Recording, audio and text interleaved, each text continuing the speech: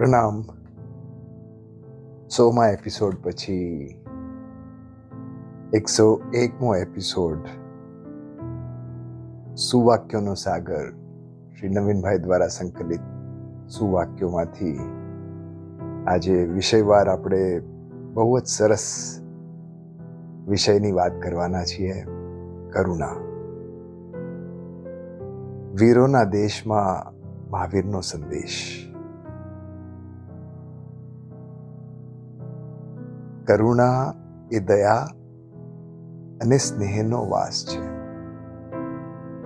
કરુણા ભગવાનનો ગુણ છે. જે કરુણા બતાવે છે તે ભગવાનનું કાર્ય કરે છે. કરુણા રહેમ નથી, ઈશ્વરની મહેર છે. કરુણા આંખોમાંથી અંજાયેલી લાગણીની લહેર છે. કરુણા હોય ત્યાં પવિત્રતા હોય જ છે. કરુણા હોય ત્યાં સૌમ્યતા હોય છે.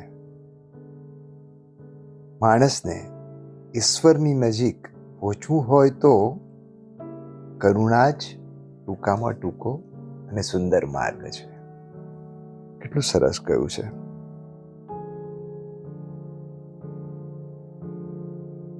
ઈશ્વરની નજીક પહોંચવું હોય તો એક કરુણાભર્યું હૃદય કાફી છે. એક સરસ અત્યારે વાર્તા યાદ આવે છે, ફરી મુગલના જમાનાની, અકબરની.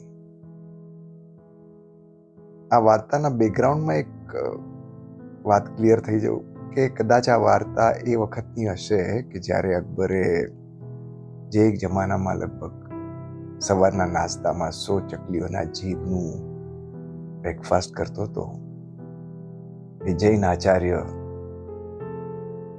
શ્રી હીરસુરી મહારાજ સાહેબના સંપર્કમાં આવ્યા પછી એણે એનો ત્યાગ કરેલો. તો ઉત્તર પ્રદેશના કોઈ સીતાપુર નગરના પાદરે અકબર એનો તંબુ તાણીને બેઠો હતો. લગભગ તંબુ એટલે શહેનશાહનો તંબુ હતો. 3600 ફૂટ જેવું એનું પોતાનું પર્સનલ, અને એ શાહી તંબુ જેની જમીન ઉપર ઊનના ગાલીચા, તંબુના જે પડકિયા હોય તે જરીના હોય, અને ઉપરનો ભાગ કિનખાબ, બારણે સાચા મોતી ઝૂલતા હોય, અને વચ્ચોવચ્ચ બાદશાહને બેસવા માટેનું હીરાજડિત આસન, ને એ સિવાય ઘણા બધા બીજા આયોજનો. આ તંબુને મેન્ટેન કરવો પણ એ જમાનામાં પર ડે ઘણો બધો ખર્ચો આવે. તંબુ 10 દિવસ માટે હતો અને બસ 1-2 દિવસમાં નીકળવાની તૈયારી હતી, ને રાજા બહાર ફરવા નીકળ્યો હતો. દૂરથી એની નજર એના તંબુ પર ગઈ, અને તંબુ છેક ઉપર મેરુદંડ પર શાહી ધ્વજ શાંતિ ફરકી રહ્યો હતો. બાદશાહની નજર ત્યાં ચોંટી ગઈ. ના, એનો ધ્વજ નહોતો જોઈ રહ્યો. કંઈક એની નજરે બીજું રાજાની નજરે પડ્યું હતું. એ પાછા તંબુમાં આવ્યા અને તંબુ ખાતામાંથી એને એના પ્રબંધકને બોલાવ્યો. એ બિચારો ફફડી રહ્યો હતો કે હવે બાદશાહ સલામત એને શું કહેશે. તો એટલે એને હાથ જોડીને કીધું કે સાહેબ, તંબુમાં કંઈ ખામી રહી ગઈ છે મારાથી. બાદશાહ બોલે, ના ના, કોઈ ખામી નથી. હું હમણાં બહાર ફરવા ગયો ત્યારે મારી નજર ધ્વજ ઉપર પડી, અને એ મેરુદંડ જ્યાં એક ચકલીએ માળો બાંધ્યો છે, અને એ ચકલી, મને એવું લાગે છે કે થોડા સમયમાં બચ્ચાને પણ જન્મ આપશે. પેલા એ કહ્યું કે જી હજુર, આપણી વાત તો સાચી છે, મને પણ એ ખબર છે, પણ આપણે તો કાલે અહીંથી ચાલ્યા જવાનું છે.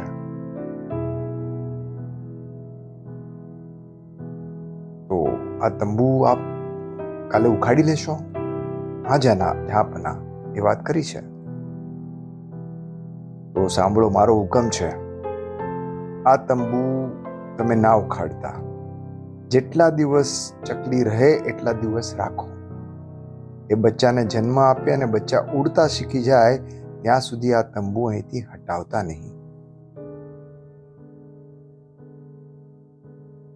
તો પેલો પ્રબંધક બોલ્યો કે સાહેબ, એક દિવસને જાળવવાનો ખર્ચો હજારો રૂપિયામાં આવે છે. તો રાજાએ કહ્યું કે જો હું અહીંયા 1 મહિનો રોકાઈ જાઉં તો તને એ ખર્ચ પોસાય ખરો? જહાંપના, આપના માટે તો ગમે તે પોસાય. તો એમ જ સમજજે કે આ તંબુમાં ચકલી નહીં, બાદશાહ ખુદ રહે છે.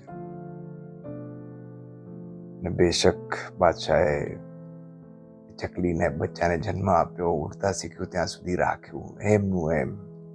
કરુણા હોય ત્યાં કોઈ હિસાબ ના હોય.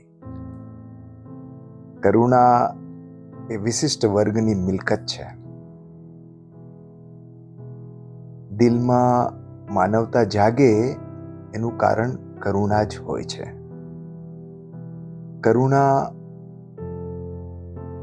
બાબતમાં આપણે કંઈક આવું કેમ નથી વિચારતા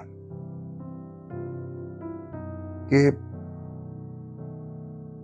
કરુણા એ કોઈ ગરીબની હોજરીની ટાઢક છે.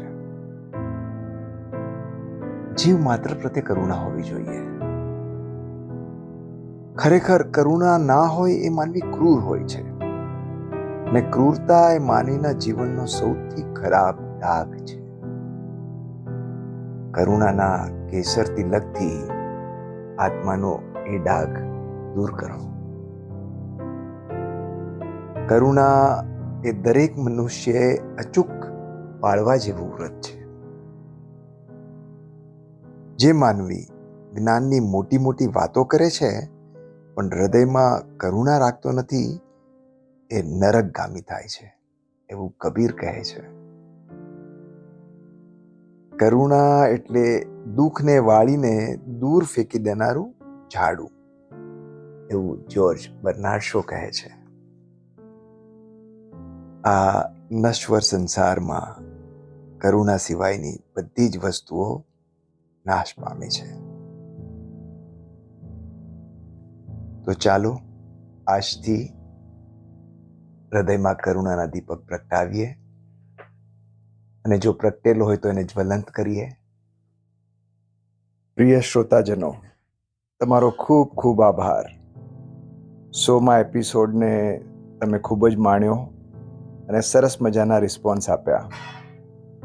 આમાં ઘણા બધા શ્રોતાઓને પોતાના મનોગત જણાવવા હતા. અમે બધાનો જ સમાવેશ નથી કરી શક્યા, પણ ચાલો આજે એમાંનો એક મનોગત આપણે સાંભળીએ. નમસ્તે, હું અલ્પાવરિયા. સૌથી પહેલાં તો સુવિચારો શંખનાદ એ શૃંખલાને 1 શતક પૂર્ણ થયું છે, એ બદલ આખી ટીમને ખૂબ ખૂબ અભિનંદન. સુવિચારોનો શંખનાદ એ નવીનભાઈનો ખૂબ જ સુંદર ઉપક્રમ છે. નવીનભાઈ સાથે અમારા પરિવારનો ખૂબ જૂનો સંબંધ છે. એમનું શાંત અને સરળ વ્યક્તિમત્વ હંમેશા અમારી માટે પ્રેરણાદાયી રહ્યું છે.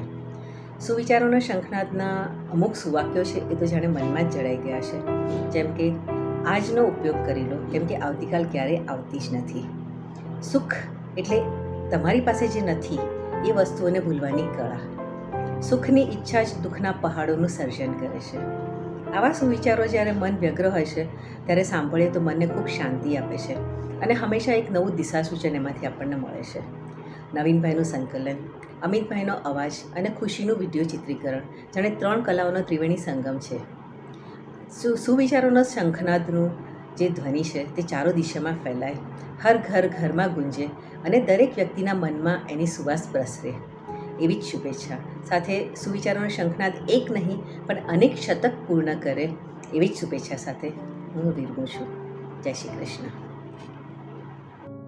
આપનું જીવન કરુણામય બને એ જ પ્રભુ પાસે મંગલ પ્રાર્થના.